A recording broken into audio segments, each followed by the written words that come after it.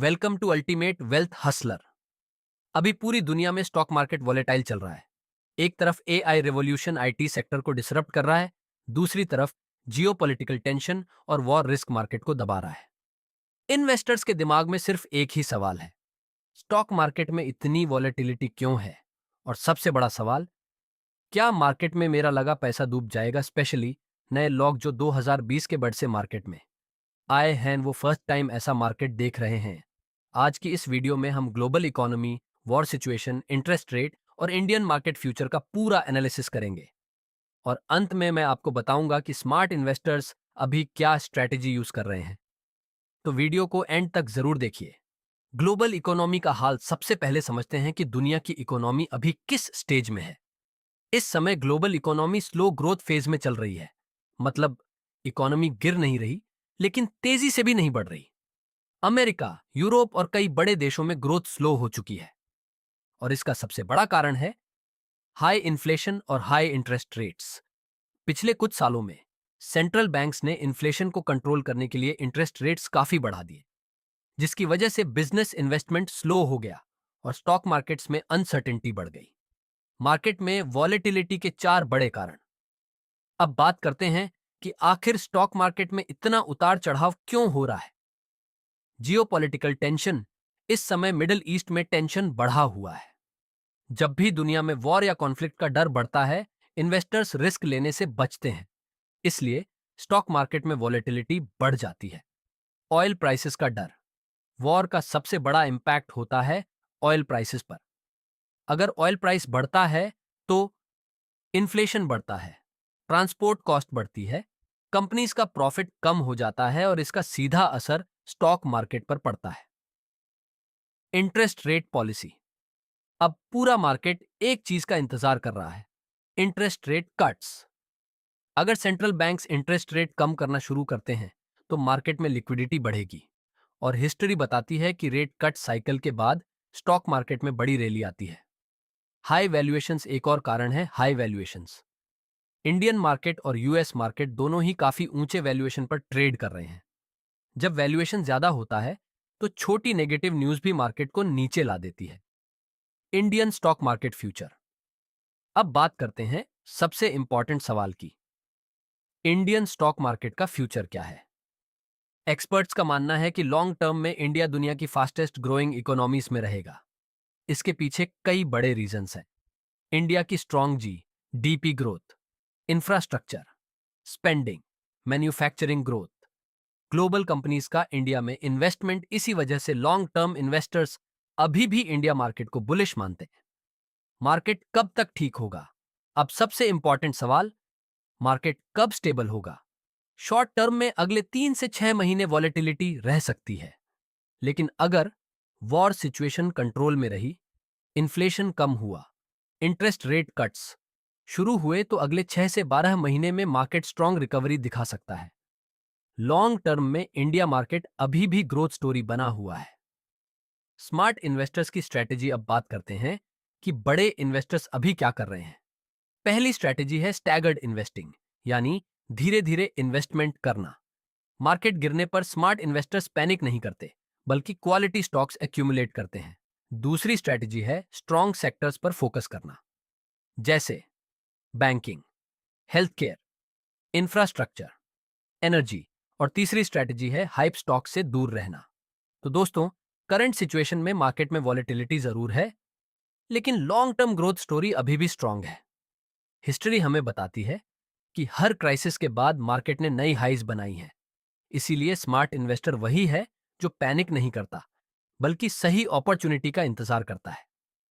यही टाइम होता है जब अपना पोर्टफोलियो बनाया जाता है।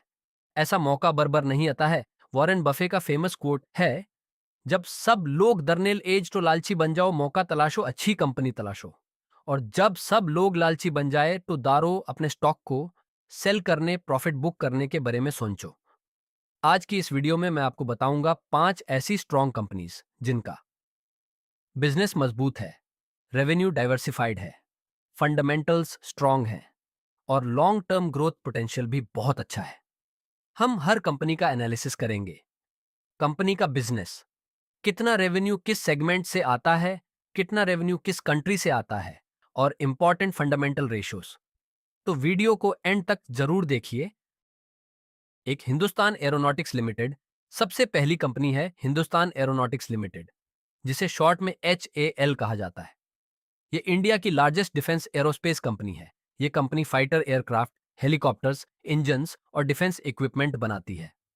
भारत के कई इंपॉर्टेंट एयरक्राफ्ट जैसे तेजस फाइटर जेट HAL ही बनाती है। अब बात करते हैं कंपनी के रेवेन्यू सोर्स की। HAL का रेवेन्यू मेनली 4 सेगमेंट से आता है।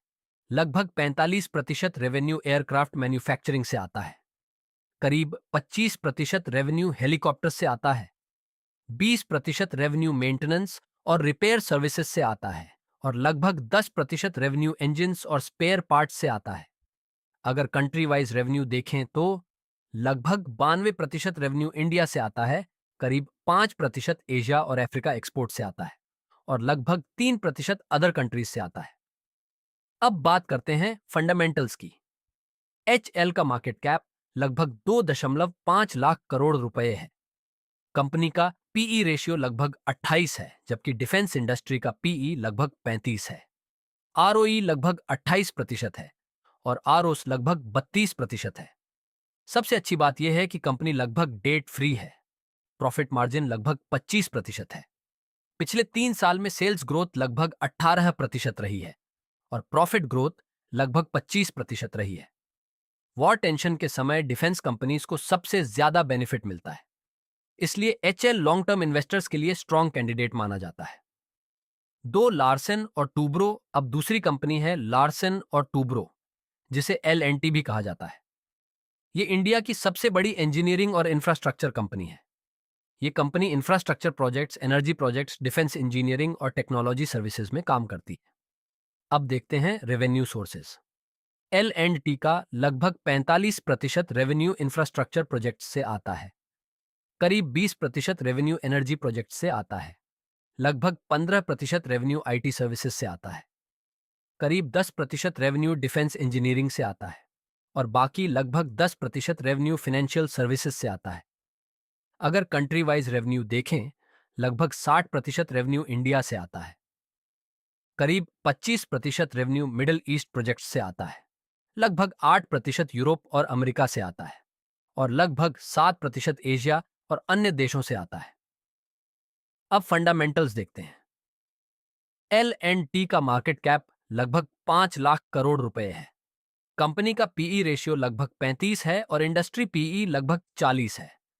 ROE लगभग 17% है और ROS लगभग 15% है।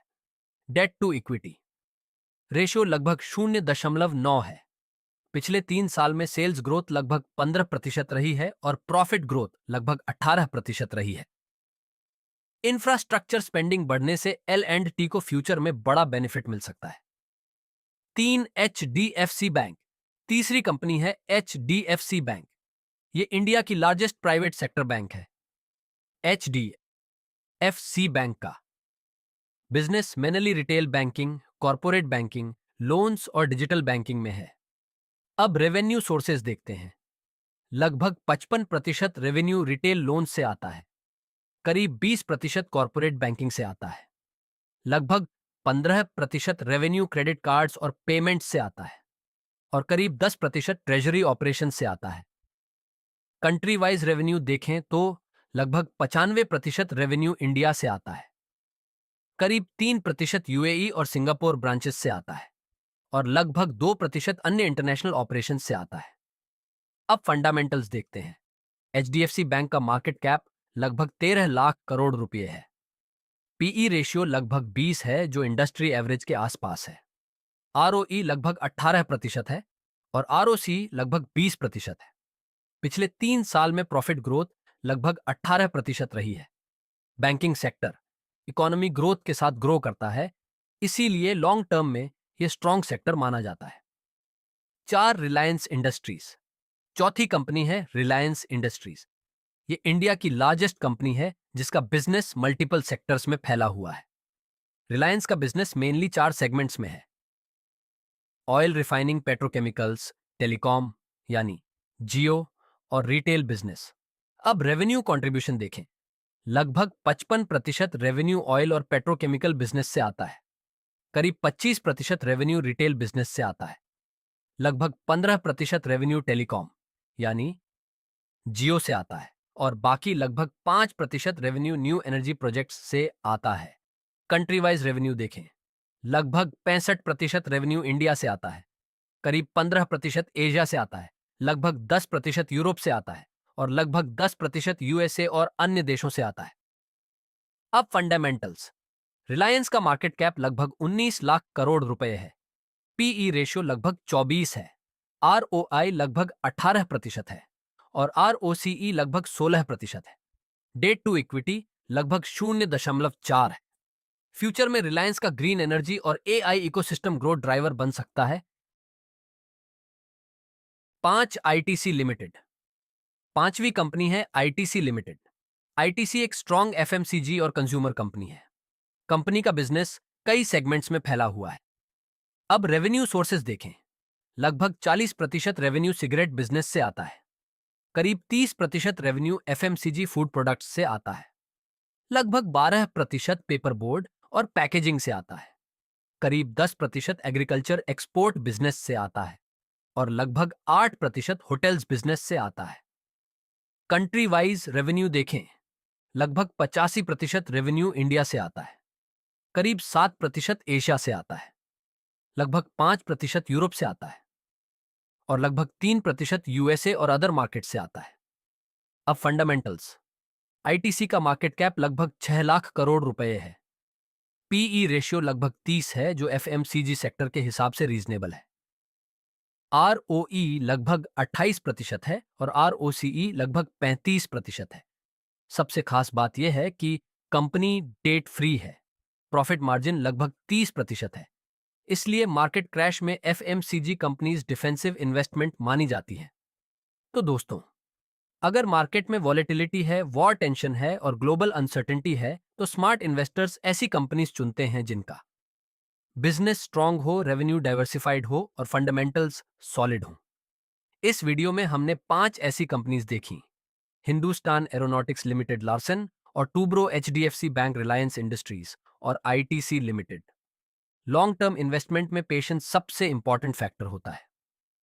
अगर आपको यह एनालिसिस इंफॉर्मेटिव लगा तो वीडियो को लाइक जरूर करें और चैनल अल्टीमेट वेल्थ हसलर को सब्सक्राइब करें, क्योंकि यहां आपको मिलते हैं स्टॉक मार्केट और इन्वेस्टमेंट की सबसे पावरफुल इनसाइट्स। मिलते हैं अगली वीडियो में।